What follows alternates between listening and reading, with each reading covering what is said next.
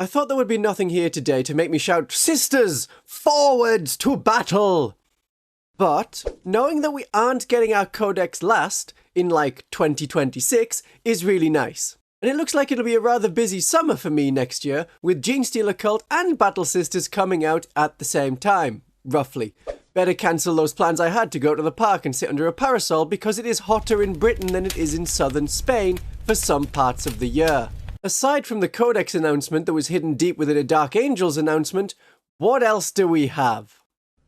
Well, we do have Dark Angels. The Terminators leaked a few hours before the official announcement, so I don't know if we can really trust these fellows to keep secrets. If you have a Grey Knight army, and I know at least one of you lovely darlings and viewers does, then these would make some good Grey Knight Terminators while you wait for your own Codex. In 2026. Actually, maybe this edition Eldar will be the last to get their Codex. That might be a bad thing, though. No change to their Miracle Dice, but better, called Fate Dice. Keeping the Unparalleled Mastery. Maybe they do need a Codex beforehand. And possibly an update to their 1994 model range. But the Genestealer Cult, we can have a new not Ridgerunner. Would you like a Ridgerunner that goes wee-woo? I would say it's a new Ridgerunner, but that would be a lie. It is a Taurus, as used by the Elysian Drop Troopers. And it is for the Enforcers in Necromunda. If you have an older Elysian army, there already are Legends rules for this, but you need to change the turret to look like it has a grenade launcher or a heavy flamer.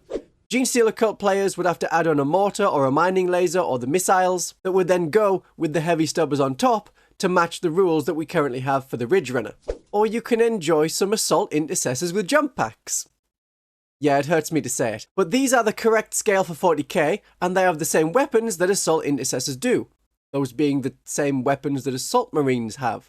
Or, what you can do, rather than running them as Assault Intercessors, is give them all Storm Shields and Vanguard Veteran Weapons, as they're now known, Strength 5, AP -1, Damage 1. You can either have a fancy pistol like a Grav Pistol or Plasma Pistol, or you can have a Storm Shield. There is no Storm Shield and proper Thunderhammer option. But if you want your entire squad with chainswords and Storm Shields, they can be Vanguard Veterans. So if you want to keep that Firstborn style and have rules to match, there it is. I'm guessing that as these are a Horus Heresy box, they will be about £50 for 10. Still a saving compared to the Jump Intercessors, who are £35 for 5 boys tripping over themselves, though it feels wrong to say that there is a saving when you are spending more money. So where can you get all this cheaper than through Games Workshop? In Canada, there is Fenris Workshop for 10% off most products, as well as the rather cheap second-hand models which can be shipped to the United States. Australia has Gap Games for 21% off 40k products, and the UK has Firestorm Games, which has 12% off. Affiliate links for all of those can be found in the description. But we don't just want new models, we need a reason to fight. As predicted, there is a new Crusade book for the Pariah Nexus, so you can get back to fighting there if your faction's narrative was launched at the start of 9th edition, among the Necron Imperium War. I don't know if there will be any developing plot. Games Workshop does this. Every faction is cool and can beat any other faction, so you get lots of wars that just don't go anywhere. The Octarius War seemed to have ended with a Tyranid victory over the Orcs, but it hasn't had any other effect besides some implications. Did you know that Chaos split the galaxy in two and the 13th Black Crusade is headed to Terra? Well, it would seem they've gotten stuck on Vigilus, the first service station this side of Cadia. If you watch Pariah Nexus on Warhammer Plus, that ended with a clear Necron victory, but hasn't really meant anything. There will be more Imperial forces going. A lot of interesting narrative ideas, but none of them conclude or have serious lasting results, at least not since the fall of Cadia. The Silent King was meant to be getting the Necrons up to go and fight the Tyranids, but most Necrons are still asleep, and we aren't getting a Necron versus Tyranid focus in this book. It's Admech and Necrons. But if you've been playing 40k a lot and have gotten sick of herding servo skulls across the table, try the Crusade missions. There should be 6 missions at 1k, 6 missions at 2k, and 3 for 3k size games, but you can adapt them.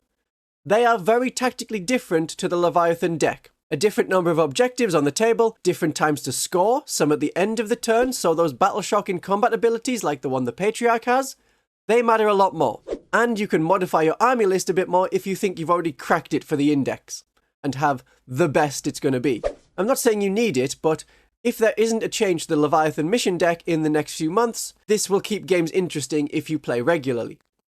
Or if you play Crusade games, it gives you more Crusade stuff. Then you can have a super cool unit that does extra special murder. Something like the Night Lords. There's an upgrade sprue for the Night Lords that goes on top of the Legionary kit, so Night Lord players may want to use it. It is for Kill Team, and isn't going to have any extra rules in 40k, no new data card for them, and these look to be a standalone Kill Team. There's no duel, no face-off with another enemy, like there is with the Space Marine Scouts versus the Scorpions on Camino. Or other water planet. Ah yes, and we are not the only ones getting a Codex in summer 2024. There is a secret other Codex. But I've already hypothesized about this one before. My darlings and viewers, I will be back at the start of next week with more videos. Have a great day of 40k.